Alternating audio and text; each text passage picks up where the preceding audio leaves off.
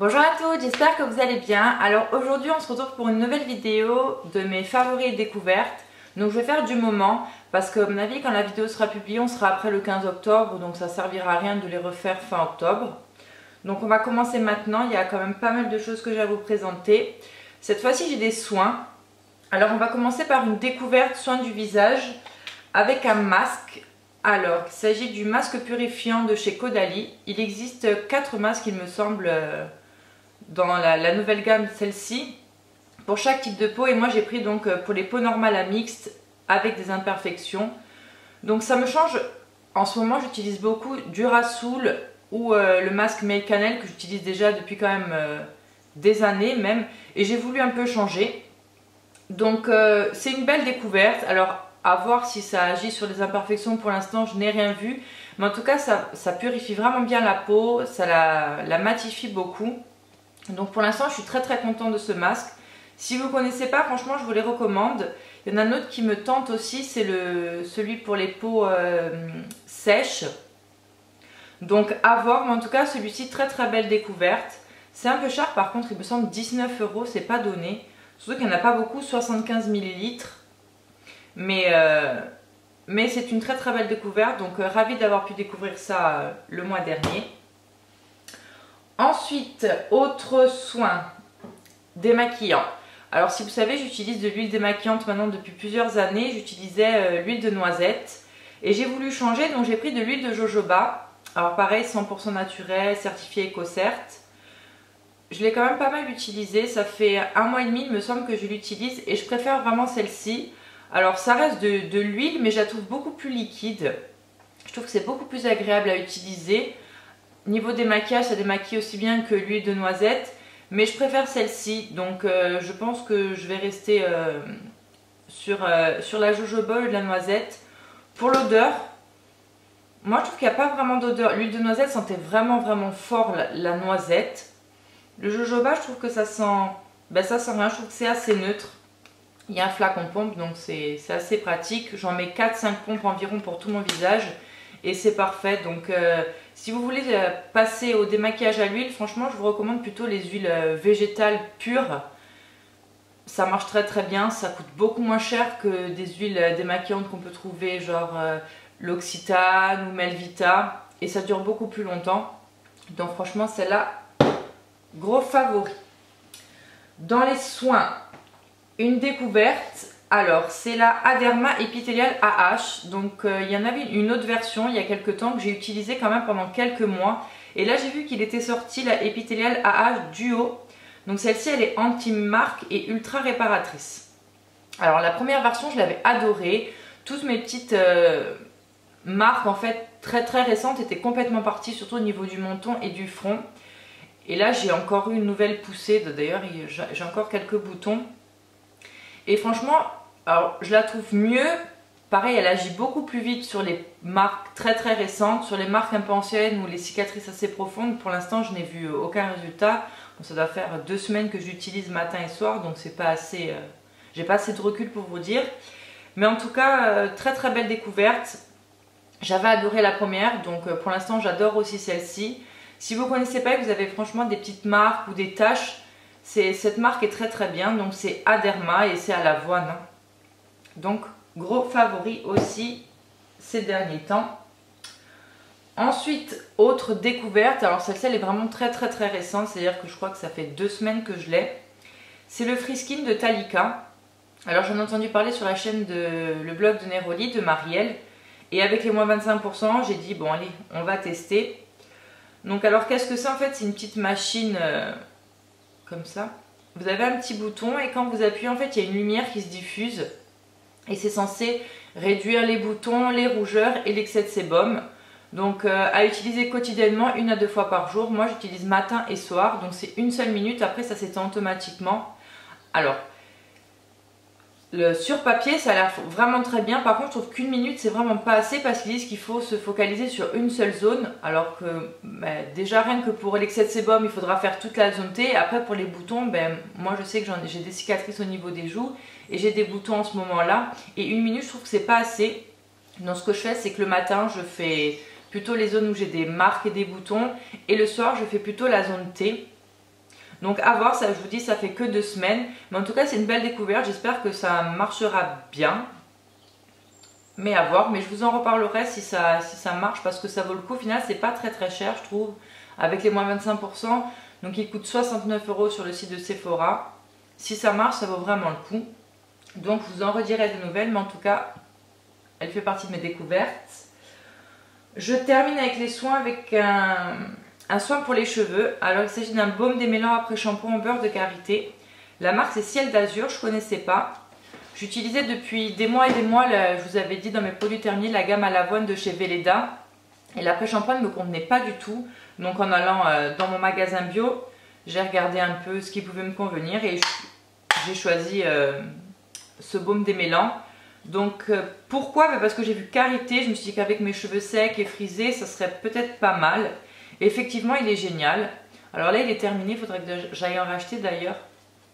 Alors, il est bien que si on suit leur mode d'emploi à eux.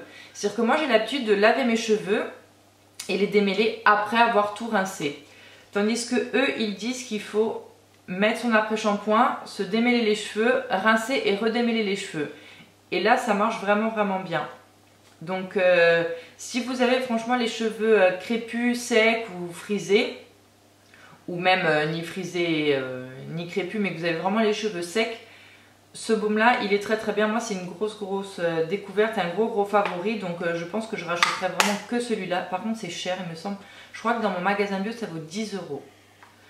Et bon ça dure quand même assez longtemps. Si on a les... Qui m'appelle? Allô? Je tourne une vidéo.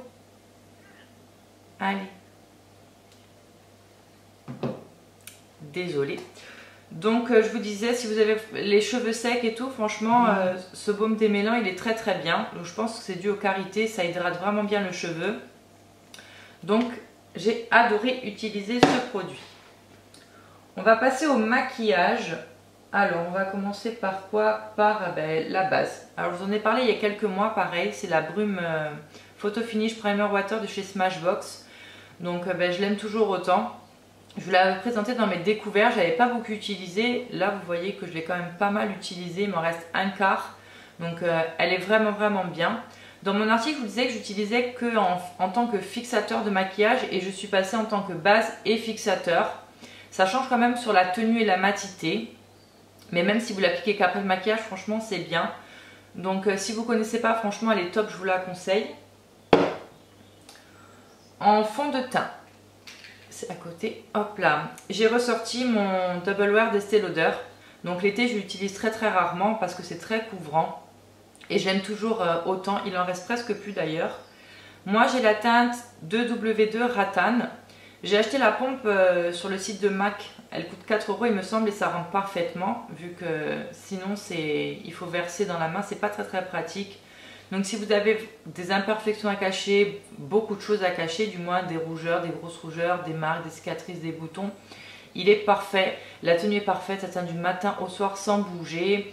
C'est intransférable, ça c'est bien par contre quand on enfile des t-shirts ou des fois on a les cols avec un peu de fond de teint. Là pas du tout, il n'y a aucun transfert. Donc franchement top et je m'en passerai pas cet hiver. Là il m'en reste pas beaucoup mais je pense que ça va me durer quand même assez longtemps. Mais sinon j'hésiterai vraiment pas à le racheter. Ensuite, une découverte et un favori. Bon, découverte, ça fait quand même quelques temps que j'utilise. C'est le Beauty Blender, mais version professionnelle. Donc le pro, le noir. J'ai fait une revue cette semaine pour comparer l'original, donc la version rose, et celui-ci pour vous dire les différences. Et je préfère largement celle-ci. Rien que pour le fait qu'elle soit beaucoup plus résistante et qu'elle se lave beaucoup plus vite. Elle est tip top. Je vous renvoie à ma revue que j'ai faite cette semaine. Mais gros favori. Ensuite, un bronzer. Alors pareil, j'en ai parlé plusieurs fois. Il s'agit du Pro Bronze Fusion de chez Make Up Forever. Donc moi j'ai la teinte 25i qui est une teinte irisée. Alors je ne sais pas si vous allez voir avec l'éclairage. C'est une teinte quand même assez foncée. Au début je pensais que ça allait pas du tout m'aller. Mais en fait c'est très clair. Je ne sais même pas si on va le voir sur ma peau en fait. C'est ici. Mais je vous renvoie à l'article pour voir les swatchs. C'est très naturel. Donc si vous aimez les choses qui ne se voient presque pas, qui sont vraiment très naturelles, qui se fondent à la peau, celui-là il est parfait. Je préfère encore mon Too Faced, le Chocolate Soleil, mais celui-là il est vraiment top. Voilà, ben, si vous cherchez vraiment quelque chose de naturel. Et en plus c'est waterproof, donc très longue tenue. Gros favori. Ensuite, on va continuer dans le teint avec deux blushs. Alors tout d'abord le Melba de chez MAC. Je ne sais pas si je vous en ai déjà parlé, peut-être sur le blog. Donc il est connu hein, chez MAC. C'est un pêche abricot. Oh, j'en ai mis assez beau, j'en ai mis beaucoup ici. Donc il est génial. Alors le fini c'est un fini mat. Ça tient. Oh, j'arrive plus à l'ouvrir. C'est mon premier blush MAC dans la gamme permanent. Je dirais j'ai d'autres blushs mais ce sont des éditions limitées. Et je l'avais eu sur une vente. Maintenant ça fait un peu plus d'1 an quand même. Et je l'adore. Franchement ces blushs ils valent un peu cher à l'achat. Il me semble une vingtaine d'euros. Enfin en format comme ça. Après il y a un format refill qui valent moins cher. Mais il y a quand même 6 grammes. Donc je trouve que c'est pas mal pour un blush. Et je l'adore. Si vous cherchez des blushs assez neutres qui passent avec tous les maquillages, celui-là il est top franchement. Et dans le même style, autre gros favori avec les moins 25%, j'ai pas pu résister. Je vous disais dans mon article qu'il me le fallait et je l'ai acheté. Donc c'est le Baby Love dans les Love Flush Blush de Too Faced. Alors celui-ci il est encore plus neutre. Là je pense que vous voyez bien la couleur. C'est un bois de rose, tout simple en fait. Alors pareil, je sais pas si vous allez le voir. Ben celui-là pareil, je l'ai bien creusé. On voit plus écrit Too Faced. Les lapins bientôt ils ont disparu. Mais il est tellement beau. Je vous renvoie pareil à mon article que j'ai fait sur les deux autres que j'ai là. Je sais pas si vous allez les voir, ils sont par là. Mais ces blushs ils sont vraiment très bien. La pigmentation, la tenue, c'est celui que j'ai d'ailleurs. Celui-là c'est celui que j'ai en ce moment sur mes joues. Je les adore. Avec les moins 25%, franchement craqués, ils valent vraiment le coup. Et ben j'ai utilisé pratiquement que ça depuis que je l'ai. Donc gros coup de cœur. Avant d'attaquer les lèvres, je vais vous parler d'un produit sourcil. Alors peut-être j'en ai jamais parlé, mais c'est le Gimme Brow de chez Benefit. Ça fait plus d'1 an que je l'ai et je l'utilisais pas beaucoup. J'ai les sourcils déjà assez fournis, assez épais. Mais donc avant que ma batterie ne lâche, je vous disais un favori sourcil. Donc le Gimme Brow de chez Benefit. Donc j'utilise vraiment quotidiennement, je dirais depuis quelques mois. Et je l'aime beaucoup. Alors pourquoi? Pas tant pour donner plus de volume ou plus de couleur à mes sourcils, parce que j'ai déjà quand même les sourcils assez fournis, mais vraiment pour les fixer. J'ai la queue du sourcil qui frise un peu et ça part toujours un peu en cacahuète. Donc ça c'est vraiment top. Par contre je trouve que c'est un peu cher pour la quantité qu'il y a. Il paraît que ça dure pas très longtemps. Mais en tout cas je l'ai utilisé ces derniers mois et je l'aime beaucoup. Je vais passer maintenant au rouge à lèvres. Alors j'en ai 5 à vous présenter. 5 couleurs vraiment automnales. Maintenant qu'on rentre dans la saison, j'ai ressorti vraiment toutes les couleurs foncées. Donc je vais commencer par le After Dark de Urban Decay. Donc c'est leur nouvelle gamme, les Matte Révolution. Donc celui-ci je l'avais eu à mon anniversaire. Je vous en ai fait une revue sur le blog. C'est un violet assez foncé. Il est tellement beau. Donc je vous renvoie à mon article. Mais en tout cas c'est un très bon rouge à lèvres, j'aime beaucoup. Et j'irai voir, je pars à Paris demain. Et j'irai voir d'autres teintes parce que franchement ces rouges à lèvres valent le coup. Ensuite un bourgeois. Alors c'est leur nouvelle teinte. La Plum Plum Girl. Donc là pareil c'est un prune. Alors hop là. Si on met une couche, il est assez bordeaux sur les lèvres. Il faut vraiment en rajouter pour avoir la même couleur que sur le tube. Donc c'est la deuxième couleur là. J'adore ces rouges à lèvres. J'en ai déjà un nude, le Nudies que j'aime beaucoup, à part l'odeur. Moi je trouve que ça sent le champignon. C'est vraiment pas agréable le matin. Mais en tout cas cette couleur est vraiment magnifique. Donc c'est des rouges à lèvres liquides mat. Ça se matifie vraiment quelques minutes après, pas de suite je dirais. Mais une fois que ça s'est vraiment figé sur les lèvres, ça bouge plus. Et j'adore vraiment ces rouges à lèvres. Donc gros favori ce mois-ci. Et j'ai 3 MAC. Alors, tout d'abord le Rebelle. Donc pareil, c'est un best-seller, celui-là de la marque. C'est un prune, encore une fois. Je vais vous le mettre en dessous. Celui-là, c'est pas un fini mat, c'est un fini satin. J'aime beaucoup aussi ce fini chez MAC. Donc c'est celui qui est en bas.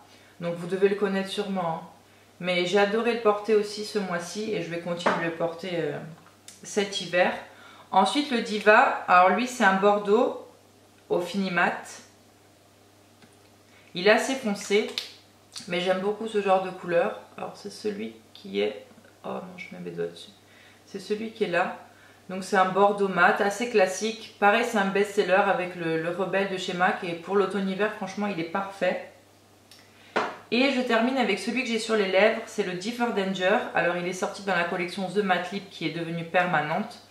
C'est un framboise assez soutenu. Je vais quand même vous faire un swatch. J'adore la couleur. Donc il est là. Donc voilà, c'est vraiment un framboise ultra mat. Les nouveaux mats, je trouve que la formule, je pense qu'elle a été reformulée par rapport au Diva. Les nouveaux mats, je les trouve beaucoup moins asséchants et ça marque beaucoup moins les peaux sur les lèvres. Donc je pense qu'ils ont été reformulés. Mais en tout cas, j'adore ces rouges à lèvres. Bon, vous voyez, à peu près toutes les couleurs se ressemblent, sont assez foncées, prune, bordeaux. C'est vraiment les couleurs que je préfère porter l'automne-hiver. Donc c'est fini pour les rouges à lèvres. Et dernier gros favori, c'est un vernis à ongles. Donc c'est celui que je porte sur les ongles maintenant. C'est le Masai de chez Dior. Alors si vous suivez le blog, vous savez que j'adore ces vernis. C'est vraiment les seuls vernis de luxe que j'achète parce qu'ils valent vraiment le coup. Donc le pinceau est très large. Je ne sais pas si on va réussir à voir à la caméra. Moi qui suis une catastrophe pour appliquer mon vernis. Donc je vais mettre plutôt... Alors je ne sais pas du tout si vous allez voir d'aussi loin. Mais en fait, ça part vraiment arrondi pour appliquer vraiment des cuticules. C'est vraiment top. Il dure vraiment très longtemps. Un effet gel sur les ongles. Franchement, j'adore. Donc, je vous montre. C'est le Masai. Et franchement, s'il devait me rester qu'un seul vernis à ongles, je choisirais celui-là. Parce que c'est un vernis que je pourrais porter vraiment tous les jours. C'est un bordeaux. Je trouve qu'il y a un peu des sous-tons un peu framboise. Et franchement, j'adore ces vernis. Je dois en avoir une dizaine maintenant. Et si je dois mettre le prix dans un vernis, franchement, ça serait dans cela, pas dans les Chanel. J'ai déjà testé un Chanel au bout de même pas 2 jours. C'était déjà tout écaillé. Là, franchement, ça tient vraiment très bien, même si on ne met pas de top coat. Donc, franchement, j'adore. Et voilà, mes favoris découvertes sont maintenant terminés. J'espère que ça vous aura plu. N'hésitez pas à liker la vidéo et à vous abonner. Et je vous dis à bientôt pour une prochaine vidéo.